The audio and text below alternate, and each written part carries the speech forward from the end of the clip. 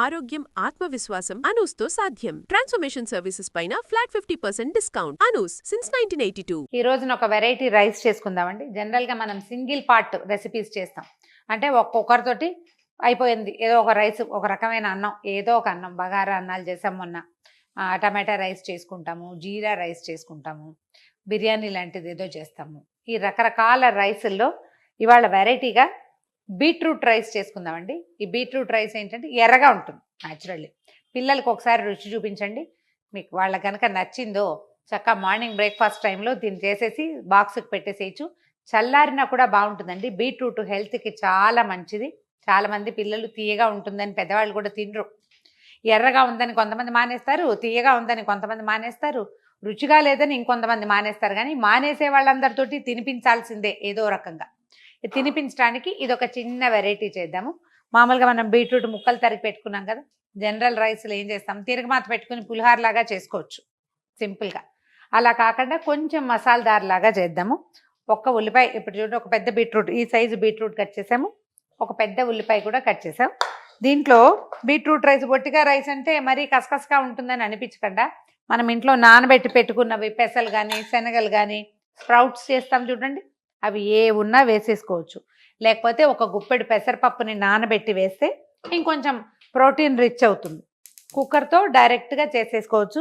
ఇంకా ఏవైనా హంగులు రకరకాలు మన మసాలాలు ఇంకా బాగా వేయటం, మన జీడిపప్పులు వేసుకోవటం, అవన్నీ చేసుకోవచ్చు కావాలంటే. లేకపోయినా సింపుల్గా ఒకసారి అన్నీ వేసేసి మూత పెట్టేస్తే అయిపోయేలాగా కూడా చేయొచ్చు.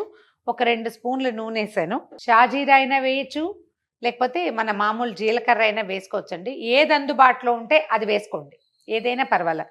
దీంట్లో కొంచెం వెరైటీకి మనం ఏం చేస్తామంటే కసూరి మేథి వేస్తున్నాను. పుదీనా కూడా వేసుకోవచ్చండి. పుదీనా వాసన విత్ బీట్రూట్ బాగుంటుంది.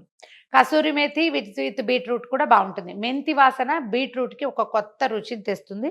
ఈసారి కసూరి మేథి తీసి పెట్టాను, మన దగ్గర ఉంటే సరే. లేకపోతే 2 గుప్పెళ్ళ పుదీనా వేసినా కూడా వాసన బాగుంటుంది. అంటే దీని తాలూకు ఒరిజినల్ ఏదు వాసన ఒకటి ఉంటుంది చూడండి, ఏ వాసన లేని ఒక విచిత్రమైన వాసన, అది లేకుండా ఉంటుందన్నమాట మనం ఏదైనా వేసుకుంటే. అల్లం వెల్లుల్లి పేస్ట్ వేయట్లేదండి ఇందులో. ఇవాళ నేను నానబెట్టిన మొలకబెట్టిన పెసలు ఉన్నాయి, ఇవి వేయదలుచుకున్నా. పెసలు పెసరపప్పు వేసేటప్పుడు ఖచ్చితంగా అల్లం వేయటం ప్రాక్టీస్ పెట్టుకోండి. పెసలు ఎందులో వేసినా కొంచెం అందులో అల్లం ఉండాలి, అప్పుడు డైజెషన్ బాగుంటుంది. ఒక చిన్న స్పూను షాజీరా వేస్తున్నాను. వేగాక ఒక 2 ఏలక్కాయలు, ఇది ఎక్కువ రైస్ చేయట్లేదు మనం, ఈ సైజు కప్పు రైస్ అనుకోండి, ఇంతే బియ్యము. ఓ 2-3 ఏలక్కాయలు, 2-3 లవంగాలు, కొంచెం దాల్చిన చెక్క, ఒక బిర్యానీ ఆకు కూడా వేస్తే వాసన బాగుంటుంది. కొద్దిగా మసాలాలు వేగనివ్వండి. దీంట్లో మనం కట్ చేసి పెట్టుకున్నాం అల్లం, చిన్న ముక్కలు చేశానండి. అల్లం వెల్లుల్లి పేస్ట్ మీ చాయిస్ అయితే వేసుకోండి. అన్నిట్లలో ఎందుకు వేయాలి అనిపిస్తుంది నాకు, అందుకు అవసరమైన వాటికి వేసుకుందాం, లేని వాటికి లేదని. అల్లం ముక్కలు వేగగానే కొంచెం ఉల్లిపాయలు వేసేసేయండి. ఓ 2-3 పచ్చిమిరపకాయలు కూడా వేసుకోవచ్చు. ఉల్లిపాయలు మనకి చూడండి బ్రౌన్గా వేగిపోయిన తర్వాత ఇందులో ఏం చేద్దాము, మనం మొలకలు ఉన్నాయి మన దగ్గర, ఓ గుప్పెడు వేసేద్దాం. తర్వాత ఈ బీట్రూట్ ముక్కలు కూడా వేద్దాం. శుభ్రంగా కడిగి చెక్కు తీసి బాగా చిన్న చిన్న ముక్కలు తరుక్కుంటే, చిన్న క్యూబ్సే తరిగాను చూడండి. కలిపేద్దాము. బియ్యం కూడా ఒక 10 నిమిషాల ముందు, మామూలు బియ్యమేనండి ఇవి, సోనా మసూరిని, నేనేమో బిర్యానీ రైస్తో చేయట్లేదు. ఇది నచ్చితే ఎప్పుడైనా ఒకసారి వెరైటీ రైస్ కింద మీరు బాస్మతి రైస్తో కూడా చేసుకోవచ్చు. బియ్యం కడిగి నీళ్ళు తీసేసి పెట్టాను.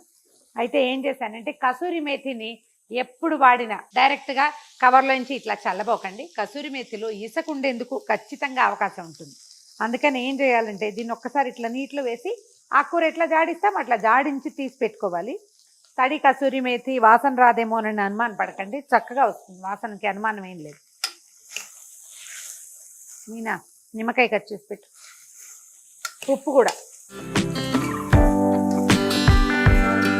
మన ఉల్లిపాయల ముక్కలన్నీ కూడా చక్కగా పింకీగా మారిపోయినాయి. తర్వాత బియ్యం నానబెట్టి పెట్టుకున్నాం కదా, ఇవి వేసేది.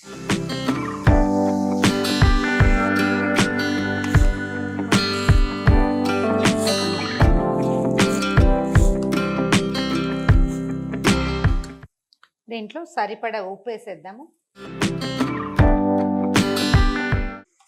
ఉప్పు మీ రుచిని అనుసరించి వేసుకోండి. కొంతమంది సాల్ట్ తక్కువ తింటారు కదా. కొద్దిగా బియ్యానికి ఈ మసాలా మొత్తం పట్టేలాగా ఒక 2 మినిట్స్ వేస్తే చాలు. 1కి 2 నీళ్లు, అంటే పెసలు వేసాం కదా అని అనిపిస్తుంది, కానీ పెసలు మనం పూర్తిగా నానబెట్టాము, బియ్యం కూడా నానింది కాబట్టి 1కి 2 సరిపోతుంది. అప్పుడు కొంచెం పొడి పొడిలాడుతూ వస్తుంది. మీకు పెసలు వేసాము, ఏదైనా స్ప్రౌట్స్ వేసాము అలా అనుమానంగా ఉంటే కొన్ని నీళ్ళు ఎక్స్ట్రా పోయండి, ఎక్కువ అవసరం ఉండదు.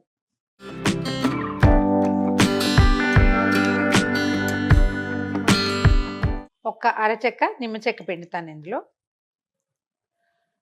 వేస్తే. ఒక స్పూన్ నెయ్యి కానీ కొంచెం బటర్ కానీ కూడా వేసుకోవచ్చు, మన చాయిస్ బట్టి. నేను ఆల్రెడీ నూనె ఎక్కువ వేసానని వేయట్లేదు. కొంచెం మీడియం ఫ్లేమ్లో పెట్టండి. కుక్కర్ మూత పెట్టేసేద్దాము. ఇది మనం ఇంత పెద్ద కుక్కర్ కూడా చేసుకోవచ్చు అండి. జస్ట్ ఇంగ్రీడియంట్స్ సైజులు పెంచుకోవాలంతే, చాలా బాగా వస్తుంది.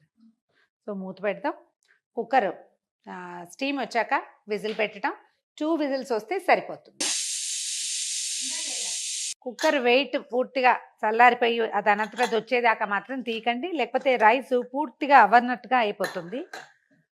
ఎంత బాగుందో, చాలా రెడ్గా ఏం లేదు చూడండి, కొంచెం పింకిష్గా ఉందంతే. కొంచెం కొత్తిమీర వేసి, ఫ్రెష్ కొత్తిమీర ఏంటి అక్కడక్కడ గ్రీన్గా కనపడుతుంది, చూడడానికి ఎంత బాగుందో చూడండి. ఉప్పు సరిపోయిందో లేదో కొంచెం చెక్ చేసుకోండి. దీన్ని కొంచెం పెరుగు పచ్చడితోటి, పచ్చి ఉల్లిపాయలు వేయాల్సిన పనే లేదు, ఫ్రెష్ పెరుగుతోటి చాలా రుచిగా ఉంటుంది. బాక్స్లో పెట్టడానికి ఈజీ అండ్ సింపుల్ మెథడ్. మీరు మామూలుగా భయపడ్డట్టు ఎర్రటి అన్నంగా లేదు ఇది. మనం పచ్చి బీట్రూట్ని కనుక కలిపితే ఎక్కువ కలర్ వస్తుంది, దాంట్లో ఎక్కువ రంగు ఉంటుంది కాబట్టి, అంటే కాన్సన్ట్రేటెడ్గా ఉంటుంది రెడ్ కలర్. మనం ఉడికిన తర్వాత ఆ కాన్సన్ట్రేషన్ తగ్గిపోతుంది, అక్కడక్కడ పింక్ ముక్కలు మాత్రం కనిపిస్తున్నాయి. చూడండి ఎంత బాగుందో చూడడానికి. గుమగుమలాడుతున్న బీట్ రైస్ మీకు ఎలా కావాలంటే అలా చేసుకోండి. దీన్ని కొత్తిమీరతోటి చేయొచ్చు, కరివేపాకుతో చేయొచ్చు, పుదీనాతో చేయొచ్చు.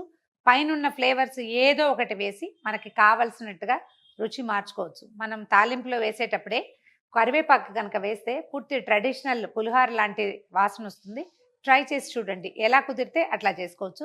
1 పార్ట్ రెసిపీస్లో దీన్ని కూడా భాగంగా చేసుకుంటే మార్నింగ్ బ్రేక్ఫాస్ట్ కానీ నైట్ టైం 1 పార్ట్ రెసిపీగా కూడా దీన్ని వాడుకోవచ్చు.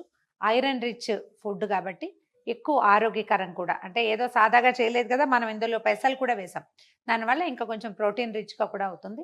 ట్రై చేసి చూడండి. ఈ వీడియో కనుక మీకు నచ్చినట్లయితే లైక్ చేయండి, షేర్ చేయండి.